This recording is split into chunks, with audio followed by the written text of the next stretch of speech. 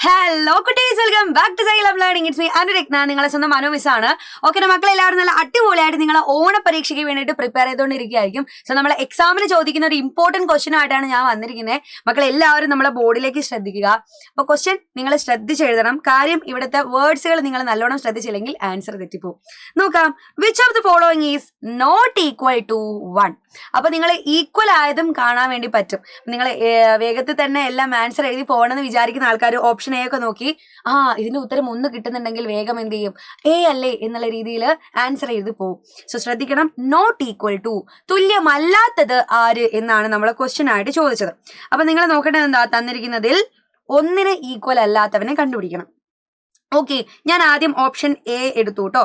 Option A നോക്കുന്ന സമയത്ത് നോക്കടാ, 4 × 1/4, 4 × 1/4. അപ്പൊ നമ്മൾ നോക്കുമ്പോൾ ന്യൂമറേറ്ററിലും ഡിനോമിനേറ്ററിലും 4 ഉണ്ടെങ്കിൽ നമുക്ക് ക്യാൻസൽ ചെയ്യാം. സോ എന്റെ ആൻസർ 1 എന്ന് മാത്രം വന്നു. ഇവിടുത്തെ ആൻസർ 1 ആണ്. എനിക്ക് 1 തുല്യമല്ലാത്തതാണ് കിട്ടേണ്ടത്. ഓക്കെ, ഞാൻ ഇനി അടുത്ത ഓപ്ഷൻ ബി നോക്കാൻ പോയി. ഓപ്ഷൻ ബി നോക്കുമ്പോൾ ന്യൂമറേറ്ററിലും ഡിനോമിനേറ്ററിലും 4 ഉണ്ട്, എനിക്ക് ക്യാൻസൽ ചെയ്യാം. ന്യൂമറേറ്ററിലും ഡിനോമിനേറ്ററിലും 3 ഉണ്ട്, അവിടെയും എനിക്കത് ക്യാൻസൽ ചെയ്യാം. ബാക്കി 1 അല്ലേ ഉണ്ടായിരിക്കുള്ളൂ. സോ 1 ആയിട്ട് നമുക്ക് അവിടെയും ഉത്തരം കിട്ടി. ഓക്കെ, ഓപ്ഷൻ ഡി ഒന്ന് ചെയ്ത് നോക്കാവേ. ഓപ്ഷൻ ഡി എന്താണ്? 2 1/2 × 2/5. അപ്പൊ ഇത് നമുക്ക് എന്ത് ചെയ്യണം, ഈ ഒരു മിക്സ്ഡ് ഫ്രാക്ഷനെ സിമ്പിൾ ഫ്രാക്ഷൻ ആക്കി നോക്കാം. അപ്പൊ നോക്കാം. 2 1/2 എന്ന് പറഞ്ഞാൽ എങ്ങനെ വരും? 2 2 4, 4 1 5. അപ്പൊ നമുക്ക് 5/2 × 2/5 എന്ന് വന്നു. ഇതിൽ നോക്കിക്കേ, ഇതിൽ ന്യൂമറേറ്ററും ഡിനോമിനേറ്ററും നിങ്ങൾ ശ്രദ്ധിച്ച് നോക്കിയാൽ മനസ്സിലാവും.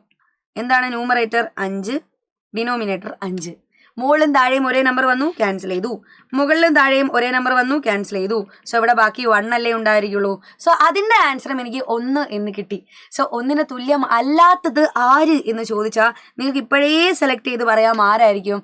ഓപ്ഷൻ സി ആയിരിക്കും. നിങ്ങൾ നോക്കിക്കേ, 1/10 × 5 എന്ന് പറഞ്ഞാൽ എന്താ വരിക? 5/10 എന്ന് വരും, അല്ലെങ്കിൽ 1/2 എന്നാണ് ആൻസർ വരിക. സോ അതൊരിക്കലും 1 ഈക്വൽ ആയിരിക്കില്ല.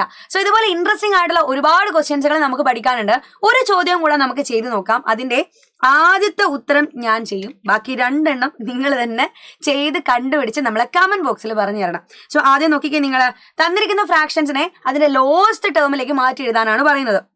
അപ്പൊ ലോവസ്റ്റ് ടേമിലേക്ക് നമുക്ക് മാറ്റാൻ പറ്റും. എങ്ങനെയാ മാറ്റുക? 35/40. 2ഉം 5 കൊണ്ട് നമുക്ക് ഡിവൈഡ് ചെയ്യാൻ പറ്റുന്ന നമ്പേഴ്സ് ആണ് അല്ലേ. സോ നമുക്ക് 35-ൽ 5 7 തവണ പോകും, 40-ൽ 5 8 തവണ പോകും. സോ എനിക്ക് ഏറ്റവും ചെറിയ, ഏറ്റവും കുഞ്ഞായിട്ടുള്ള എന്ത് കിട്ടി? ഫ്രാക്ഷൻ ഫോം കിട്ടി. ലോവസ്റ്റ് ആയിട്ടുള്ള, സിംപ്ലസ്റ്റ് ആയിട്ടുള്ള ഒരു ഫ്രാക്ഷൻ ഫോം കിട്ടി. അതാണ് ആര്? 7/8. ഇനി ഇതിനെ എനിക്ക് ചെറുതാക്കാൻ പറ്റില്ല. ഇതുപോലെ ബിയും സിയും എന്താണ് ആൻസർ വരിക എന്നുള്ളത് നിങ്ങൾ എന്ത് ചെയ്യുക, ഇതുപോലെ കണ്ടുപിടിച്ച് നമ്മളെ കമന്റ് ബോക്സിൽ പറയാം. സോ അതുപോലെ ഇൻട്രസ്റ്റിംഗ് ആയിട്ടുള്ള ഒരുപാട് വീഡിയോസിന് വേണ്ടി നമ്മളെ വജ്ര ബാച്ചിലേക്ക് വേഗം തന്നെ ജോയിൻ ചെയ്തോളാം. നിങ്ങളെ ഓണം ക്വസ്റ്റ്യൻ പേപ്പർ ഇപ്പോൾ വജ്ര ബാച്ചിൽ ഞങ്ങൾ കൊടുക്കുന്നുണ്ട്.